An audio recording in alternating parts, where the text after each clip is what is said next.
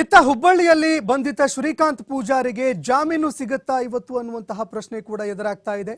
ಕೆಲವೇ ಕ್ಷಣಗಳಲ್ಲಿ ಶ್ರೀಕಾಂತ್ಗೆ ಜಾಮೀನು ಸಿಗುವಂತಹ ಅರ್ಜಿಯ ಭವಿಷ್ಯ ಇತ್ಯರ್ಥವಾಗುತ್ತೆ.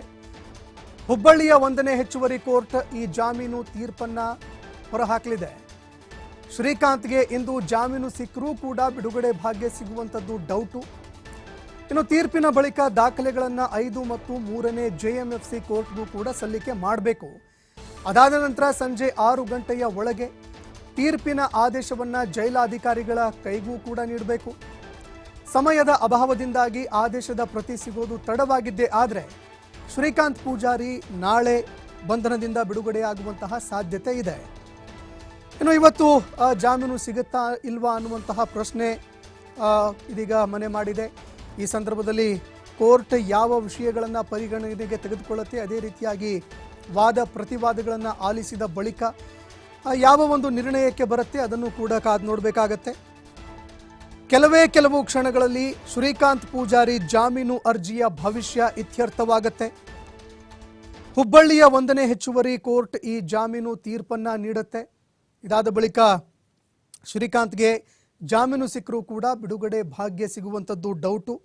ಇನ್ನು ತೀರ್ಪಿನ ಬಳಿಕ 5 ಮತ್ತು 3ನೇ JMFC ಕೋರ್ಟ್ಗೆ ಇದನ್ನು ಸಲ್ಲಿಕೆ ಮಾಡಬೇಕಾಗತ್ತೆ.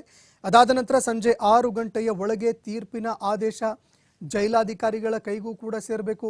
ಅದಾದ ಬಳಿಕ ಅವರು ಅದನ್ನು ತೆಗೆದುಕೊಂಡು ಪರಿಗಣನೆಗೆ ತೆಗೆದುಕೊಂಡು ಅವರನ್ನು ಬಿಡುಗಡೆ ಮಾಡುವಂತಹ ಕೆಲಸವನ್ನು ಮಾಡ್ತಾರೆ.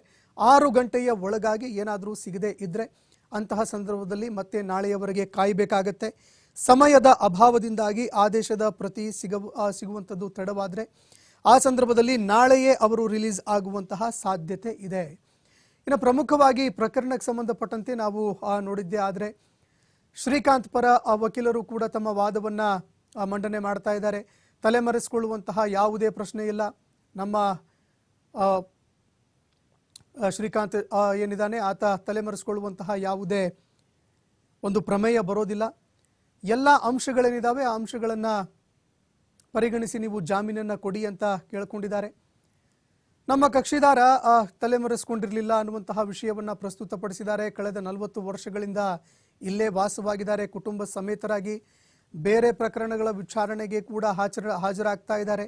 ಯಾವ್ಯಾವ ಪ್ರಕರಣಗಳಿಗೆ ಕರೆಯಲಾಗ್ತಾ ಇದೆ ಅದಕ್ಕೂ ಕೂಡ ಬಂದು ಹಾಜರಾಗ್ತಾ ಇದ್ದಾರೆ.